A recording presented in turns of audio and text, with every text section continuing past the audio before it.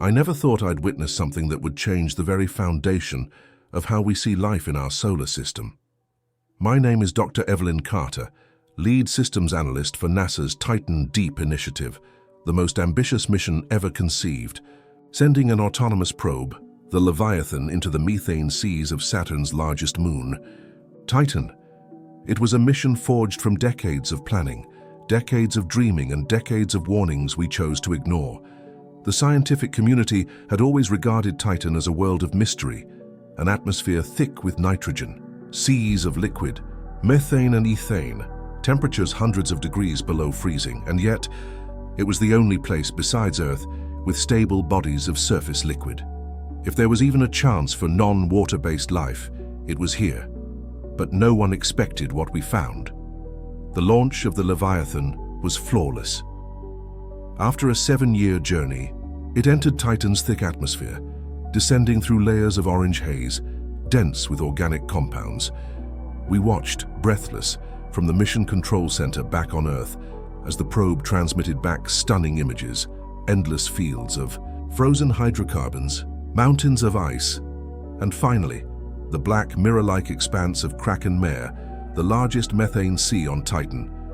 The Leviathan activated its submersible module, extending titanium arms and deploying the descent capsule, designed to plunge into the depths where no human or machine had ever ventured. The moment it breached the surface, the feed shifted. Gone was the orange sky. Gone was the alien landscape. All that remained was darkness. For minutes, maybe hours, the Leviathan descended, its floodlights barely piercing the opaque liquid methane. Our instruments picked up strange fluctuations in the chemical composition of the surrounding sea, complex hydrocarbons, far more varied and structured than we had anticipated. But there was something else, a low-frequency vibration.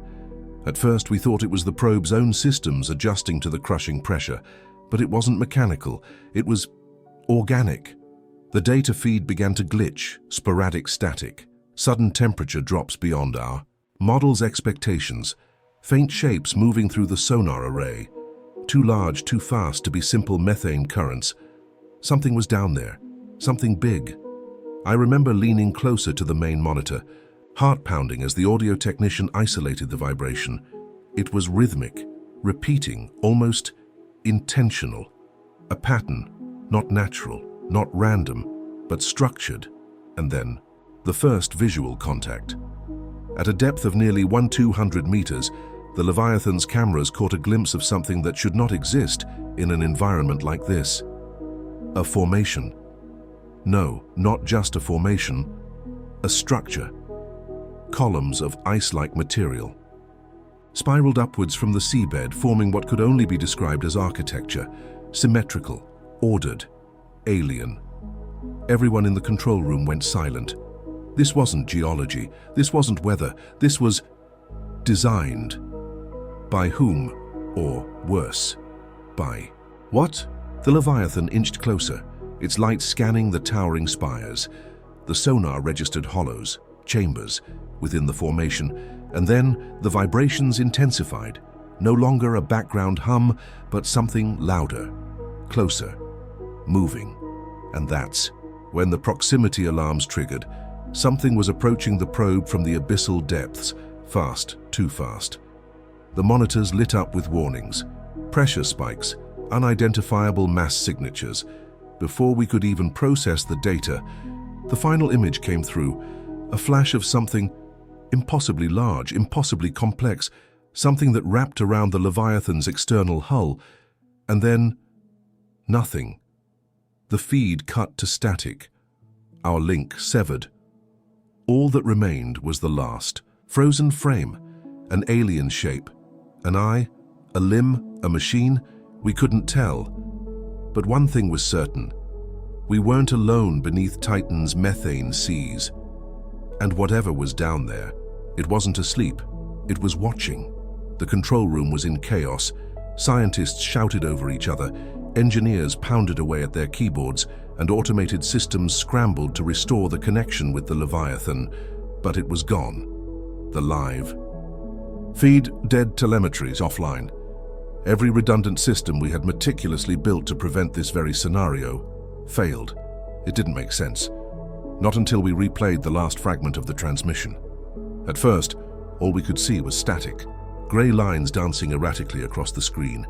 But then, a shape, not a glitch, not artifacting, but a real physical form. It moved across the camera in less than a second, but when we slowed it frame by frame, we saw it clearly. An object, massive and sinuous, weaving through the methane like a living structure. No known life could survive at those depths, in that cold, in that chemical hell. But there it was, moving, watching. The sonar logs were even more disturbing. During the final seconds before the signal loss, the sonar array had picked up something enormous, a mass so large it eclipsed the probe entirely, almost surrounding it, not just passing by but enclosing it. Some argued it was geological collapse. The spires we had seen had crumbled under their own weight. Others suggested a methane current, stronger than predicted. But deep down, we all knew this wasn't nature. This was contact. Our lead engineer, Dr. Renner, froze as he pulled up the telemetry overlay. He turned to me, pale. "Evelyn, look at this." On the graph, just milliseconds before the blackout, there was an unmistakable spike. Not in temperature, not in pressure, but in electromagnetic radiation. A pulse, targeted, deliberate, not emitted by the probe, but by something else. I stared at it, trying to rationalize, trying to find an explanation grounded in physics, in engineering, in something that made sense. But I couldn't, because nothing we knew, nothing we even theorized, could account for a coherent EM pulse that size, that deep, in a sea of liquid methane. Unless it wasn't natural, unless it was communication. And then, something even more terrifying. As the data team isolated the audio channel buried beneath the static, they found it wasn't just random noise. It was a pattern, repeating, almost like language. But no one wanted to say it out loud, because that would mean that whatever was beneath Titan's seas knew we were there and had responded.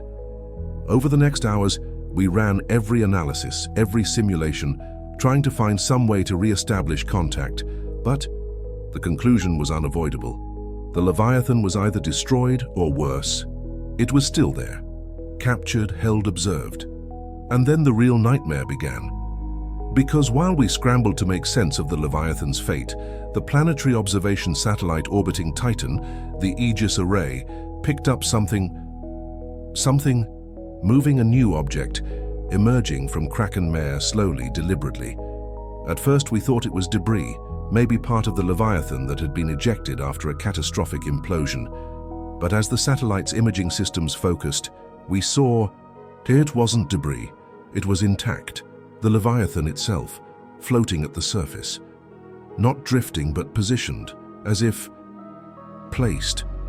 The probe that had just minutes ago been transmitting from over a kilometer beneath the methane sea, now sat silently, perfectly aligned, in the middle of the ocean. No damage, no power, just there, waiting. A collective shiver ran through mission control, because that wasn't a mechanical failure, that wasn't a malfunction, that was a message. And in that frozen moment, I realized the truth that none of us wanted to say. We hadn't just sent the Leviathan to explore Titan's methane seas, we had sent it to announce ourselves. And now, something had answered. The question was, what happens when we go to recover it? Because one thing was certain, whatever had reached up from beneath the black methane sea was still there, watching, waiting. And maybe calling us in. We debated for hours. Do we send a recovery drone? Do we try to re-establish direct contact? Or do we leave the Leviathan exactly where it is and scrub the mission? But in the end, we're human. Explorers, scientists, fools. We couldn't resist the need to know. The team on the Aegis array prepared the remote recovery drone, KR-3, a compact autonomous craft designed to handle Titan's brutal conditions. Unlike the Leviathan, It wasn't built for deep exploration. It was built for retrieval. The mission parameters were simple: approach the Leviathan, assess its structural integrity, and, if safe, tow it back to the surface operations vessel. Simple, at least on paper. As KR-3 descended into Titan's thick orange haze, its systems performed flawlessly. We watched from Earth in tense silence as it broke through the cloud cover, descending toward the methane sea, where the Leviathan floated perfectly. Still, the first images were unsettling. There it was, the probe, undamaged, silent, untouched by any known force. Yet, somehow, wrong. The recovery drone hovered meters above it, deploying its scanning suite. Thermal readings, 0. Electromagnetic. Emissions, none, but there was something, a faint, almost imperceptible oscillation in the methane around the probe. Not turbulence, not waves, but a kind of vibration, as if the very liquid surrounding the Leviathan was resonating with some frequency too low, too alien for our instruments to fully capture. Then, KR-3 extended its retrieval clamps.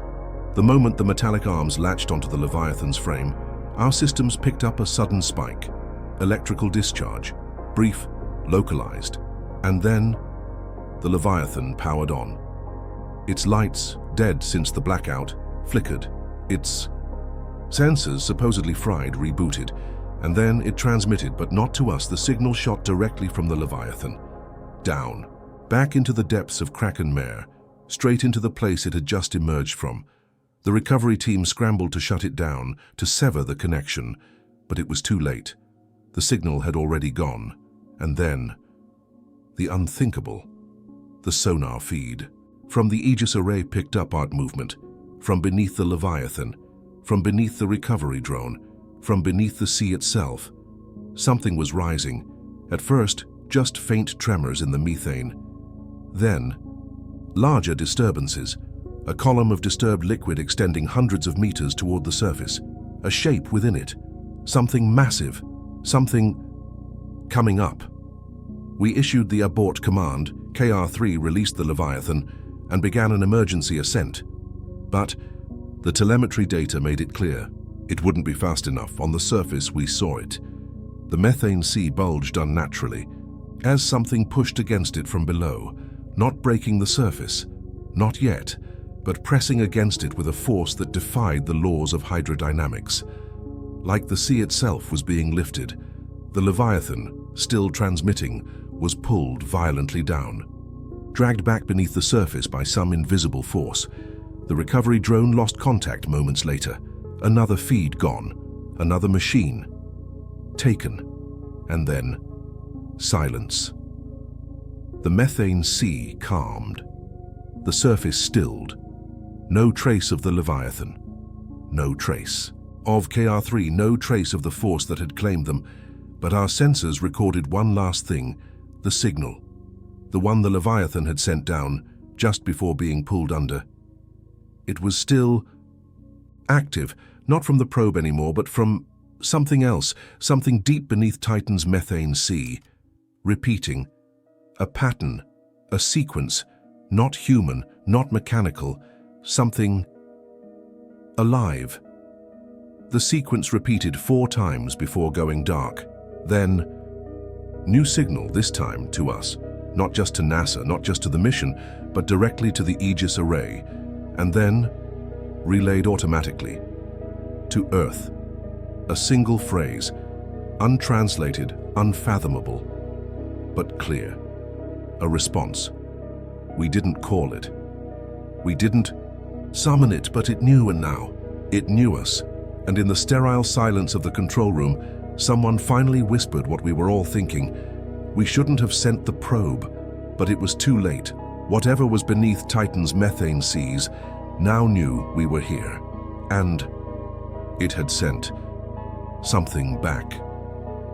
The signal kept transmitting, not from the Leviathan, not from the recovery drone, but from somewhere deep within Kraken Mare, and now, directly to Earth.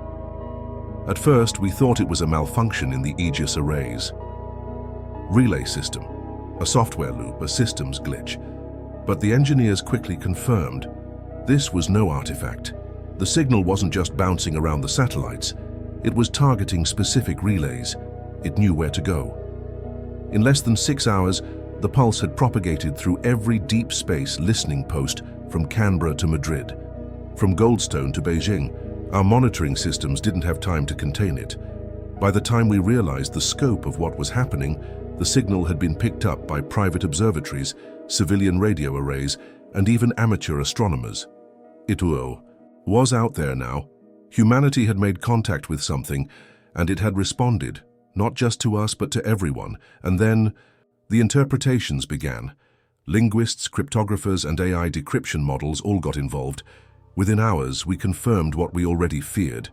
The signal contained structured data, not random, not noise, but instructions. Instructions for what? No one knew. Some speculated it was a map. Others believed it was a warning. A few even insisted it was an invitation. But deep down, in that cold, sterile control room, we all felt it. It wasn't any of those things. It was something far worse. It was a test. The sequence, when modeled visually, resembled an opening, a pattern of nested fractals, each more complex, more incomprehensible, spiraling outward from a central void. And when we enhanced the audio spectrum of the signal, we detected something else. Not just data, not just code, but a voice. Not a human voice, not even an intelligible one, but something that sounded like unbreathing, slow, deliberate, endless. It was as if whatever was beneath Titan's methane sea was now listening to us, to everything. Governments scrambled. The UN convened an emergency session. NASA was ordered to cease all transmissions to Titan, to shut down the Aegis array, to cut the feed. But it didn't matter. The signal had already been received by thousands of independent systems worldwide. It couldn't be stopped. Then, the anomalies began. In remote labs across the globe, instruments that had nothing to do with the Titan mission began to malfunction. Sensors in Antarctica recorded unexplained magnetic fluxes. Seismographs in Japan picked up faint rhythmic vibrations, as if the Earth itself was echoing the signal. But the most terrifying discovery came from an independent observatory in Chile. They weren't even tracking Titan. They were monitoring a deep space region near the edge of the Kuiper Belt. But now, there was a new object, one that hadn't been there before. Small at first, faint, but moving toward us. As the weeks passed, we tracked its trajectory. It was accelerating. Not an asteroid, not a comet, but something else. Something propelled, no known. Propulsion signature, no communication, just a silent dark mass, on a direct course for Earth. And the timing, it coincided precisely with the moment the Leviathan sent that final pulse from Titan's depths. As we processed this, another realization dawned on us. The instructions embedded in the signal. They weren't for us, not directly. They were for it, like a beacon, a homing pulse, a summoning. We hadn't just contacted something beneath Titan's seas. We had triggered something far older, far more dangerous, and now it was coming. The question no longer was what we had found beneath the methane seas. The question was, what had found us? It didn't stop. It didn't slow down. It didn't respond to our calls, to our probes, to the desperate signals we fired into the void. The object, the one that had materialized at the edge of the Kuiper Belt, kept moving, steady, silent, unstoppable. At first, we thought we had time, years, maybe decades before it would reach us, but we were wrong. It was moving at speeds that defied our understanding of physics. No propulsion, no radiation signature, yet accelerating exponentially. Within weeks of first detection, it had already crossed the orbit of Neptune, then Uranus. Then, impossibly fast, it entered the region of Saturn, passing within millions of kilometers of Titan. And there, it paused. The sensors, on Aegis array long since automated after the mission was officially terminated, picked up a sudden fluctuation in Titan's methane seas. A pulse a response. It wasn't random, it was a handshake, an acknowledgement. The object had received the signal, and now it was coming the rest of the way. Back on Earth, governments around the globe entered DEFCON-level emergencies. Public statements spoke of anomalous interstellar phenomena. But behind closed doors, in the dark halls of military command centers and classified research labs, the truth was whispered: something is coming. The world's best minds ran scenario after scenario. Could we intercept it? Could we destroy it? But the math was brutal. The object was moving faster than any of our weapons could reach. It was already past Jupiter, past Mars, and now, on direct approach to Earth. We trained every telescope, every sensor, every listening array on it. But what we saw only deepened the horror. The object wasn't a ship. It wasn't an asteroid.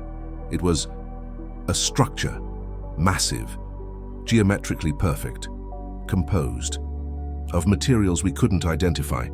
It seemed alive, shifting, reconfiguring itself as it moved, like it was preparing for arrival.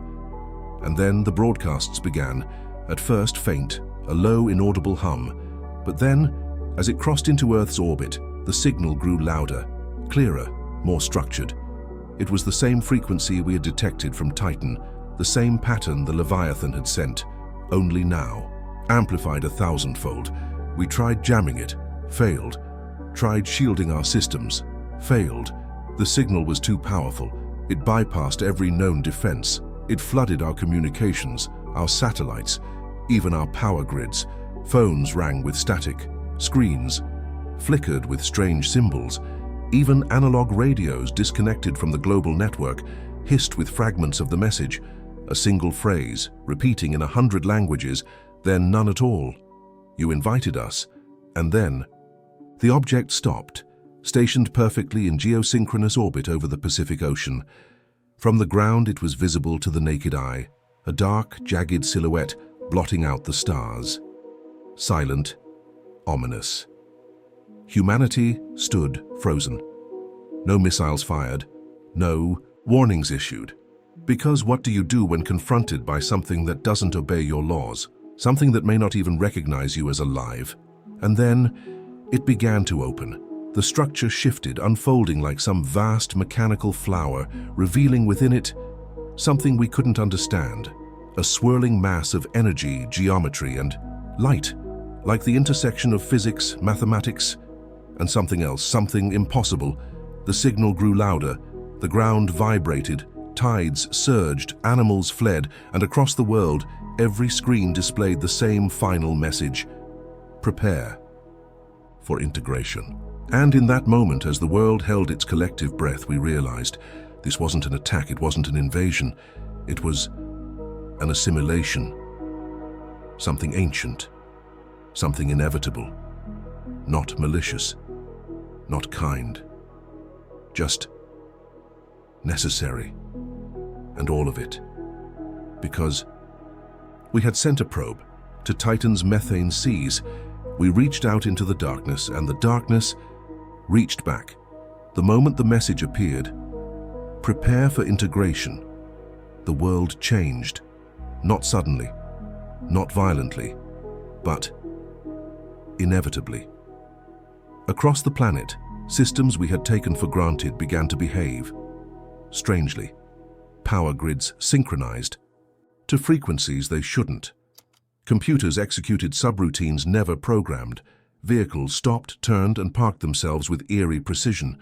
Air traffic control systems went silent.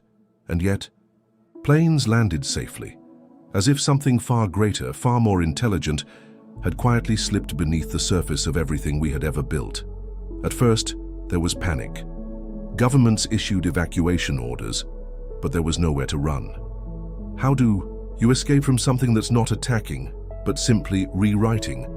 The skies above the Pacific grew darker, not from clouds, but from the structure itself. The thing we had called the object was no longer just an anomaly in orbit. It was now part of our world's operating system. And then, the pulse began. A rhythmic, global signal emanating from the structure, synchronized with the same frequency first detected from Titan's methane seas. Every 8.3 seconds, a burst, not powerful enough to destroy but strong enough to infiltrate. Pacemakers misfired, brainwave patterns altered. Some collapsed immediately, clutching their heads. Others stood in place, eyes glazed, staring up at the impossible black geometry hovering above them. It wasn't killing. It was mapping, scanning neural pathways, uploading data, adapting. I watched from the safety of a reinforced underground facility in Colorado, alongside what was left of the NASA Titan team. We had been ordered to coordinate any response efforts, to develop countermeasures. But every simulation ended the same way. Failure. You can't fight what you don't understand. And worse, you can't fight what you invited. Then the most terrifying realization of all, this wasn't an invasion, this was a handover. The structure wasn't imposing its will upon us. It was fulfilling an agreement, one we had unknowingly made the moment the Leviathan sent that pulse back from Titan, one we had confirmed when we tried to retrieve it, one we had sealed when the recovery drone's cameras sent back that first image of the thing beneath the methane sea. We had opened the door, and now it was walking through. In the days that followed, the integration progressed rapidly. Cities once alive with noise and chaos fell silent, not dead, not destroyed, but quiet, as if the very concept of human society was being placed in standby. Networks, self-organized power plants recalibrated without human input, hospitals emptied as patients simply disappeared. No one saw where they went, only that they were there one moment, and then gone. The last thing I witnessed before the facility's systems went dark was the Earth's magnetosphere reacting to the structure's continued pulses, auroras, spread across latitudes they should never have reached. The skies above the equator burned in ribbons of green and purple, not natural, not beautiful, but a sign. The integration was almost complete, and then, in the final hours, the structure shifted. From Earth we could see it. The great mechanical flower that had opened in orbit slowly began to close, its dark petals folding inward, sealing whatever lay at its center. And then, the last signal, not a pulse, not a message, but confirmation, one word, in 1,000 languages and yet none of them complete. The structure detached from orbit. No flames, no sound, just departure. It drifted away slowly at first, then accelerating beyond anything our instruments could track, vanishing into the void from which it had first come. We hadn't just contacted something beneath Titan's seas, leaving Earth silent, transformed, but into what? We don't know. The facility's systems powered down shortly after. The last thing I saw as the screens went black was the final line of code burned into the server interface. Integration. Successful. No further action required. And now, here I sit, in the dark, writing this by the dim glow of emergency lights, wondering, am I the last? Is anyone else left? Or are we all now part of something far greater? Something we can no longer even comprehend. All of this because we sent a probe into Titan's methane seas. We reached into the unknown, and the unknown reached back. Days, weeks. I've lost track of how long it's been since the structure left. The Earth is silent now. Not in ruins, not burning, just quiet. Cities still stand intact. Skyscrapers rise against the grey sky. Billboards still display frozen advertisements for products that no longer have buyers. Public transit sits motionless in their stations, doors open, waiting for passengers, who will never arrive. No bodies, no signs of struggle, just an absence so profound, so complete that it feels as if humanity was never here to begin with. But I'm still here, or at least, I think I am. I walk through the streets of what was once Denver, listening for something, anything that might prove I'm not the only one left behind. The only sound is the wind, threading its way through empty buildings, stirring loose paper and dust. The air is clean, the systems are still functioning. It's as if the world has been placed into preservation mode, frozen in time, waiting for something, or perhaps done with everything. I've visited homes, offices, hospitals, all perfectly ordered, beds made, computers in sleep mode, dishes still in the sink waiting to be cleaned. As if everyone was here one moment, and then simply gone. Not abducted. Not killed, just moved, integrated. But into what? That's the question that keeps me awake, keeps me walking through the ruins of what used to be my world. Were they uploaded into some vast cosmic archive, converted into patterns of data, woven into the very fabric of whatever that thing was that came from the void? Are they out there now, sailing among the stars, or trapped in a simulation beyond time and space? Or was the integration just erasure, a clean reset, the universe's way of recycling civilizations that reach too far, too fast, that dare to probe the black seas of alien moons, and awaken things that should have been left sleeping? Sometimes I stand at the edge of the old NASA control center. The screens are all dark now, but I can still feel the echo of those final moments, the last signal, the last pulse, the mechanical voice that simply said, "Integration complete." And then nothing. No further instructions, no apologies, no threats, just departure, as if we were an item checked off a cosmic list. Another world assimilated, another civilization catalogued, another species silenced. But then, sometimes, late at night, when the wind is just right, I think I hear something. Not voices, not footsteps, but a low, faint hum. The same frequency we first heard from Titan, as if the pulse is still here, embedded in the rocks, the air, the very molecules of the planet. Like Earth itself has become part of the system now. And me? What am I, a glitch, an anomaly? A leftover fragment the integration process missed? Or was I left here this intentionally? To watch, to record, to remember? Because that's what I do now. Every day, every hour. I walk, I write, and I wait. For what? I don't know. Perhaps for the structure to return, to finish what it started, or perhaps for someone else to find me. Another survivor, another anomaly. Someone to prove that humanity wasn't entirely erased. Or perhaps no one is coming. Perhaps this is all that remains, a silent world, an empty earth, and me, the last voice speaking into the dark. A monument not to human victory, but to human curiosity. The same curiosity that drove us to send that probe into Titan's methane seas. The same curiosity that whispered, what could possibly be down there? And now, we know. But no one is left to care. For weeks, I believed I was the only one left. I wandered through the silent cities, watched the stars move across the night sky, and listened to the faint residual hum that never truly left after.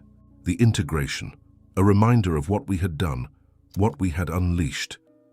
But then, yesterday, something changed. It started as a faint crackle through the old emergency radio I kept by my side, more out of habit than hope. For weeks it had been dead, nothing but static and empty frequencies. But now, it was alive. At first I thought it was another residual artifact from the integration, the same low-frequency pulse that still haunted the air. But as I fine-tuned the dial, the crackle resolved into something more structured, something familiar. Voice. At first broken, fragmented, but then coherent, and the first word it spoke was my name. Evelyn. I froze. No one had said my name in how long? Days? Weeks? Months? Time had become meaningless here, but this was human, or at least it sounded that way. The voice repeated, Evelyn, we're here. Static swallowed the rest, but that was all I needed. The first contact since the structure left. Since the world went silent. Someone or something was still here. My mind raced with questions. Was it another survivor? a fragment of someone who, like me, had been bypassed by the integration. Or worse, was it something left behind intentionally? Lure, a trap, the voice returned, more stable now. We never left. The transmission was coming from a location, the old Deep Space Network relay station just outside the city, one of the many global hubs that had coordinated with the Aegis array during the Titan mission. I packed what little supplies I had, armed, myself with what meager defenses I could muster, more for psychological comfort than any real protection, and set out. The roads were still, no animals, no insects, no signs of life, just the faint scent of ozone in the air. And the ever-present hum. The station was still intact, steel doors sealed, solar panels miraculously undamaged, as if someone had been maintaining it. I forced the door open, the rusted hinges groaning in protest, and stepped inside. And there, in the center of the operations room, the old communications array still sat, monitors flickering weakly, equipment powered by an independent solar system, but no people, no movement. Just the radio, still transmitting. I approached slowly. My heart pounded, hands trembling. The screen blinked with a simple message, channel open. I pressed the transmit button, my voice barely more than a whisper. Hello? Static. Then, the voice again. Evelyn, we've been waiting for you. Who are you? I demanded, the desperation cracking through my voice. A long pause. Then, not a voice, but something else. A tone. A low, resonant frequency that vibrated. The walls, the air, my own chest, the same frequency from Titan, the same one the Leviathan had transmitted in its final moments, the same one the object had broadcast as it hovered above Earth. And then, the monitor flashed. A map appeared. Not of Earth, not of Titan, but of something else. An intricate three-dimensional structure composed of overlapping geometries, spiraling out in patterns that defied conventional physics. At its center, a single word, home. I stared, breathless. What did it mean? Was this where humanity had been taken, where they had been integrated, or was it an invitation?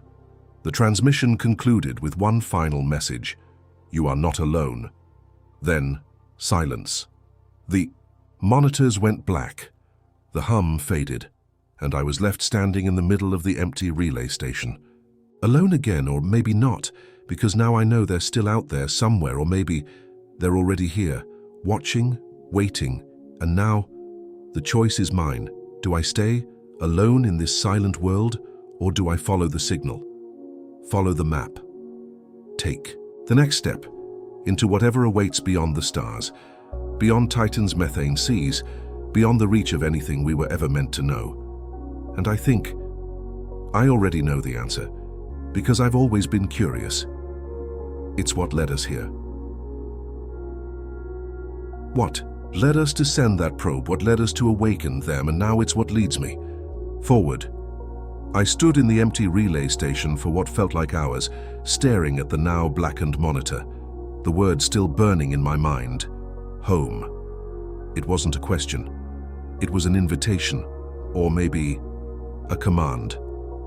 The map that had flashed, briefly on the screen, it hadn't been random. I recognized some of the celestial markers. We hadn't just contacted something beneath Titan's seas.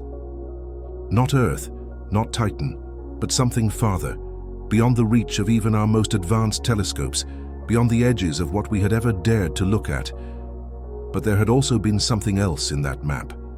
A set of coordinates, not stellar, but terrestrial. A location. Here. On Earth.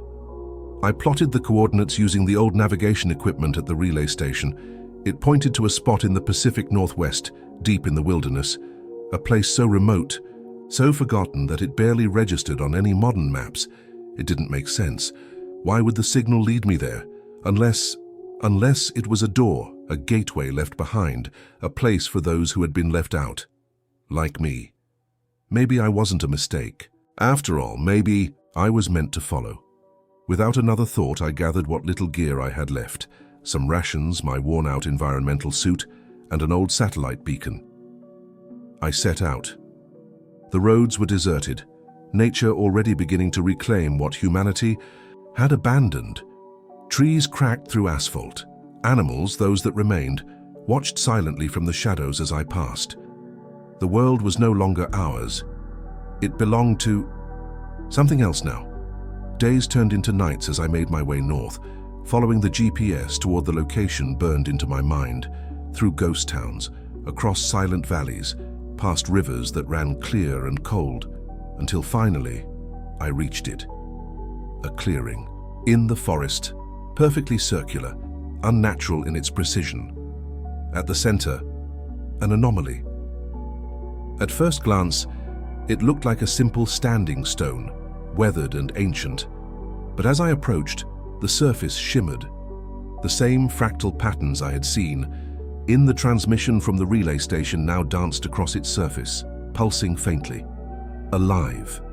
I reached out, my hand trembling as my fingers brushed against the cold, smooth surface. The patterns reacted instantly, spiraling outward, wrapping around my arm like strands of light. Not painful, not threatening, just pulling. And then, the hum low steady, the same frequency from Titan, the same frequency that had carried through the Leviathan, through the object in orbit, through the very integration itself. It was here, at this door, waiting for me.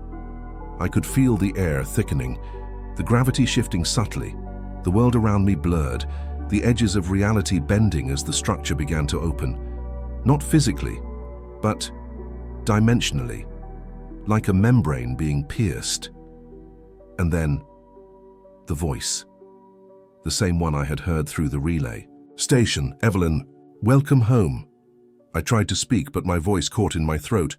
There were no words for this, for what I was about to do, for what I was about to become. I took one last look behind me, at the world I had known, the world that had reached out, sent a probe into Titan's methane seas, and in doing so, changed everything. Then I stepped forward.